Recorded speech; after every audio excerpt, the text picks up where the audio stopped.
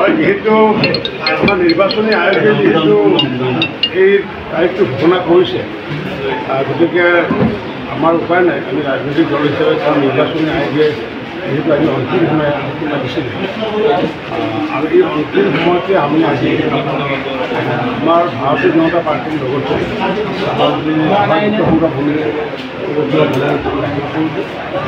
মূলগতভাৱে আমি 40টা সমষ্টিতে যাতে জয়লাভ কৰিব পাৰোঁ তাৰ কাৰণে আমি ঐক্যবদ্ধভাৱে চেষ্টা চলাইছোঁ মাননীয় মুখ্যমন্ত্ৰী হিমন্ত বিশ্ব শৰ্মা ডাঙৰীয়াৰ নেতৃত্ব আৰু ইপিনে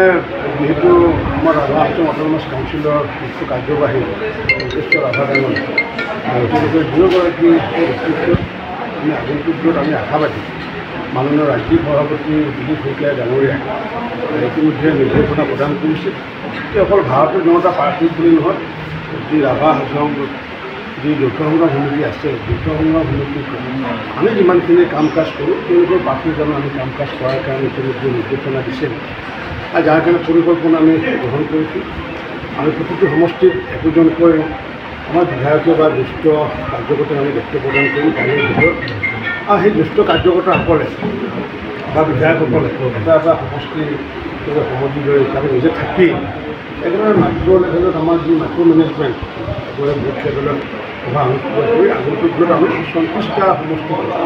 আমাৰ দুটা মিত্ৰজোঁটৰ প্ৰাৰ্থীক আমি জয়যুক্ত কৰাৰ কাৰণে সংকল্প গ্ৰহণ কৰিছোঁ। হয়, ইতিমধ্যে বিৰোধীয়েতো প্ৰাৰ্থী দিব আপোনালোকে বিৰোধী কিবা প্ৰভাৱ পেলাব পাৰিব বুলি অনুভৱ কৰে কিছু ভোট দিব সেইটো বেলেগ কথা কিন্তু অন্য দলে আমাৰ মিত্ৰজোঁটৰ বাহিৰে মোৰ এইটো বিশ্বাস আছে যে ৰাভা হাছং যি অট'নমাছ কাউন্সিলৰ অন্তৰ্গত যিমানবোৰ জনসাধাৰণ আছে যিহেতু দেশৰ প্ৰধানমন্ত্ৰী মাননীয় নৰেন্দ্ৰ মোদী ডাঙৰীয়া হওক বা অসমৰ মুখ্যমন্ত্ৰী ডক্টৰ হিমন্ত বিশ্ব শৰ্মা ডাঙৰীয়া হওক বা ৰাভা হাছঙৰ মুখ্য কাৰ্যবাহী যথেষ্ট ৰাভা ডাঙৰীয়া যিহেতু ৰাইজক যথেষ্ট ধৰণৰ যিমান সেৱা দিব লাগিব গতিকে আচলতে সেৱা প্ৰদান কৰিছে গতিকে যিহেতু ৰাভা হাছং অট'নমাছ কাউন্সিলৰ অন্তৰ্গত নাগৰিকৰ মাজত মাননীয় প্ৰধানমন্ত্ৰী ডাঙৰীয়াৰ প্ৰতিশ্ৰুতি আছে অসমীয়া প্ৰতিশ্ৰুতি আছে গতিকে সকলোৰে হৃদয়ত আমি আছোঁ বুলি অনুভৱ কৰিছোঁ আৰু এই ক্ষেত্ৰত বিৰোধী দলে আমাৰ পৰা এটা চিটো নিব নোৱাৰিব বুলি মই বিশ্বাস। আজি ৰাভা হাছং অট'নমাছ কাউন্সিলৰ যি নিৰ্বাচনৰ আজি আমাৰ প্ৰাৰ্থীয়ে এতিয়া প্ৰাৰ্থিত্ব প্ৰদান কৰিব। আমাৰ মাননীয় মন্ত্ৰী ৰঞ্জিত দাস ডাঙৰীয়াও আছে, ময়ো আহিছোঁ, আমাৰ জিলা সভাপতি বিধায়ক সকলো আছে আৰু কৰ্মীসকলে উৎসাহেৰে আজি মনোনয়ন পত্ৰ দাখিল কৰিব আৰু আমি 100% বিশ্বাসী যে আমি এইবাৰ ৰাভা হাছঙৰ 36খন আসনৰ 36খনতে বিজয়ী হ'ম। NDA হিচাপে আমি নিৰ্বাচনত অৱতীৰ্ণ হৈছোঁ। ৰাভা হাছং যৌথ সংগ্ৰাম সমিতি আৰু ভাৰতীয় জনতা পাৰ্টীৰ প্ৰাৰ্থীসকলে একেলগে লগত অগপদ হ'লেও আমি একেলগে কাম কৰি 100% প্ৰাৰ্থী আমি জিকাব পাৰিম বুলি বিশ্বাস আছে। আমাৰ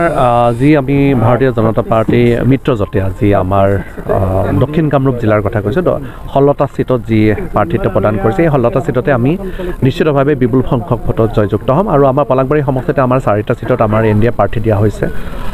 এই 4টা চিটতে ভাৰতীয় জনতা পাৰ্টীৰ মিত্ৰজোঁটে বিপুল সংখ্যক ভোটত জয়যুক্ত হ'ব আমি নিশ্চিতভাৱে। আৰু আমাৰ আজি কমলেশ্বৰ ৰাভা ডাঙৰীয়াই আমাৰ শিলপোটা সমষ্টিত তেওঁ এইমাত্ৰ মনোনয়ন পত্ৰ দাখিল কৰিলে। আমি আশা কৰিছোঁ সেই চিটটোতো আমি বিপুল সংখ্যক ভোটত জয়যুক্ত হ'বলৈ আমি সক্ষম হ'ম। যিহেতুকে 4টা সমষ্টিত আপোনালোকে মনোনয়ন পত্ৰ দাখিল কৰিছে, কোনটো সমষ্টিত আপোনালোকে বেছি ব্যৱধানত জয়ী হ'ম বুলি? আমি 4টা সমষ্টিতে বিপুল ভোটত জয়যুক্ত হ'ম কিয়নো ৰাইজ ভাৰতীয় জনতা পাৰ্টীৰ মিত্ৰজোঁটৰ পক্ষত আছে আৰু বিগত সময়ছোৱাত নৰেন্দ্ৰ মোদী ডাঙৰীয়াৰ নেতৃত্বত যি চৰকাৰ চলি আছে, আমাৰ অসমৰ মাননীয় মুখ্যমন্ত্ৰী মহোদয় ডক্টৰ হিমন্ত বিশ্ব শৰ্মা ডাঙৰীয়াৰ নেতৃত্বত যি চৰকাৰ চলি আছে আৰু টংকেশ্বৰ ৰাভা ডাঙৰীয়াই যি ৰাভা হাছং স্বায়ত্ব পৰিষদৰ যিদৰে কাম কাজ কৰি আছে এজে হ'ল ৰাইজ সম্পূৰ্ণ সন্তুষ্ট আৰু সেইকাৰণে গোটেইকেইটা সমষ্টিতে ভাৰতীয় জনতা পাৰ্টীৰ মিত্ৰজোঁটে বিপুল ভোটত জয়যুক্ত হ'বলৈ সক্ষম হ'ব। ধন্যবাদ। নমস্কাৰ জনাইছোঁ। ৰাভা হাছং স্বায়ত্ব শাসিত পৰিষদৰ যি 2025 বৰ্ষৰ সাধাৰণ নিৰ্বাচন আৰু এই সাধাৰণ নিৰ্বাচনত মই প্ৰথমবাৰৰ বাবে প্ৰাৰ্থিত্ব আগবঢ়াইছোঁ আমাৰ মিত্ৰজোঁটৰ ফালৰ পৰা 35 নং শিলপুতীয়া পৰিষদীয় সমষ্টিত। মই আশা কৰোঁ মোৰ ইতিমধ্যে সমষ্টি নহয় শিলপুটা সমষ্টি নহয় মোৰ সমগ্ৰ ৰাভা হাছঙতে এটা মোৰ সুসম্পৰ্ক আছে জনসাধাৰণৰ লগত। সেয়েহে মই আশা কৰিছোঁ মই বিপুল ভোটত জয়ী হ'ম বুলি আশা ৰাখিছোঁ। লগতে আমাৰ যি 37টা সমষ্টি আছে আমাৰ মিত্ৰজোঁটৰ প্ৰাৰ্থী NDAৰ প্ৰাৰ্থী গতিকে সকলোখিনিয়ে আমাৰ বিপুল ভোটত জয়ী হৈ ওলাই আহিব বুলি মই খুব আশাবাদী যুদ্ধখনটো আৰু প্ৰতিদ্বন্দ্বী ইতিমধ্যে কংগ্ৰেছৰ তেওঁলোকে মানে কি মনোনয়ন দাখিল কৰিছে আৰু কোনেই বা আহে মই ক'ব নোৱাৰোঁ বাৰু কংগ্ৰেছে ইতিমধ্যে তেওঁলোকৰ মনোনয়ন পত্ৰ দাখিল কৰিছে জনসাধাৰণক মই এইটোৱে আহ্বান জনাম যে বিগত যি দুটা আমাৰ ৰাভা হাছঙৰ প্ৰথম সাধাৰণ নিৰ্বাচন দুটা আমাৰ সেশন পাৰ হৈ গৈছে সুন্দৰভাৱে আমাৰ সমষ্টিত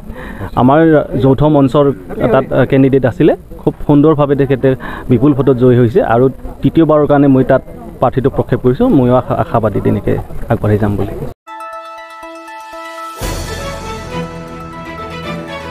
দ্য নিউজলেণ্ডছ অবিৰত তথ্যানুসন্ধান আপোনাৰ সেৱাত খবৰ সন্ধান দ্য নিউজলেণ্ড